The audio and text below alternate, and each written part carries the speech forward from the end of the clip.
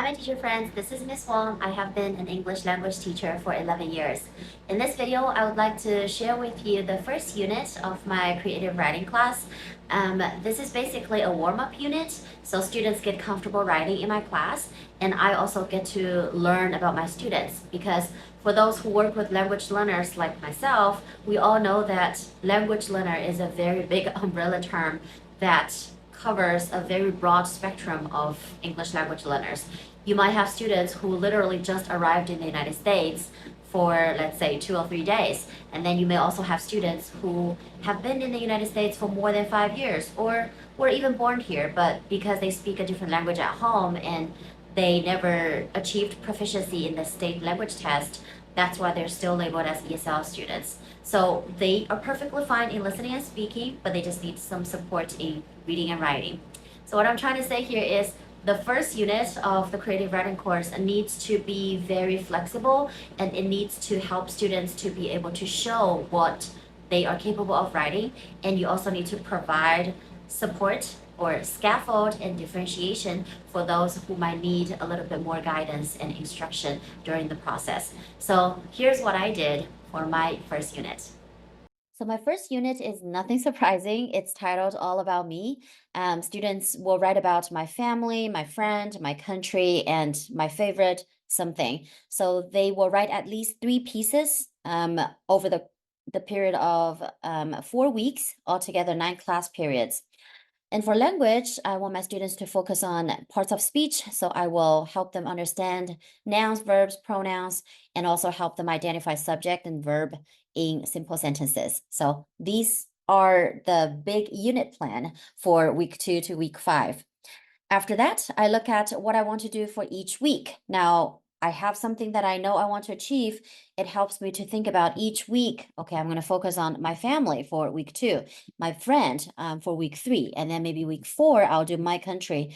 Now, judging from the progress, I doubt if I'll have time to put in my country because we have some testing schedule going on. But anyways, when I was doing my family, I realized that, well, some of my students, 1/3 of them actually, have literally just arrived in the United States, and they do not know how to write in English yet, which is why I decided to design a one-pager with important vocabulary words to help my students write.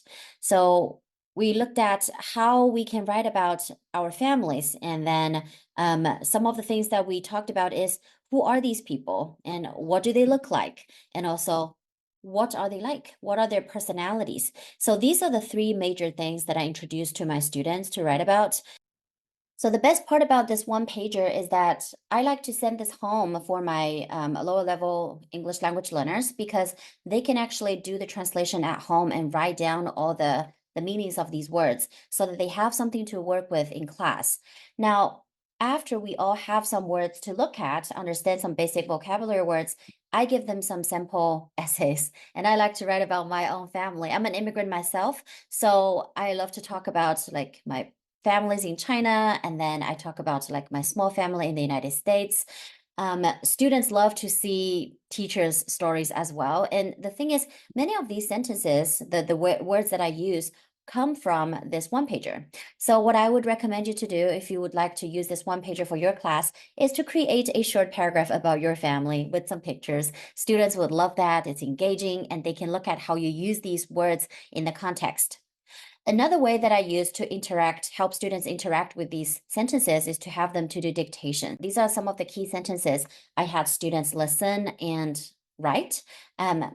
By looking at these sentences, I am helping students to practice their listening, but at the same time, I'm helping them or giving them sample sentences that they could use when they are describing their families. And usually after these couple of steps, even beginner students could write an 8 sentence paragraph about their family. This is for the second week about my family. When we move on to week 3 to write about my best friend, we can totally build on what we have already. I also help students to kind of expand on pronouns because I want students to be able to add a little bit about things that my friend likes and doesn't like. So by introducing pronouns, I can help students write sentences like he likes and she likes. So that will be the little bit extra on top of what we have already done for week 2. But Anyways, this is my lesson plan. I hope this is helpful. Thank you so much for watching. I'll see you in the next one.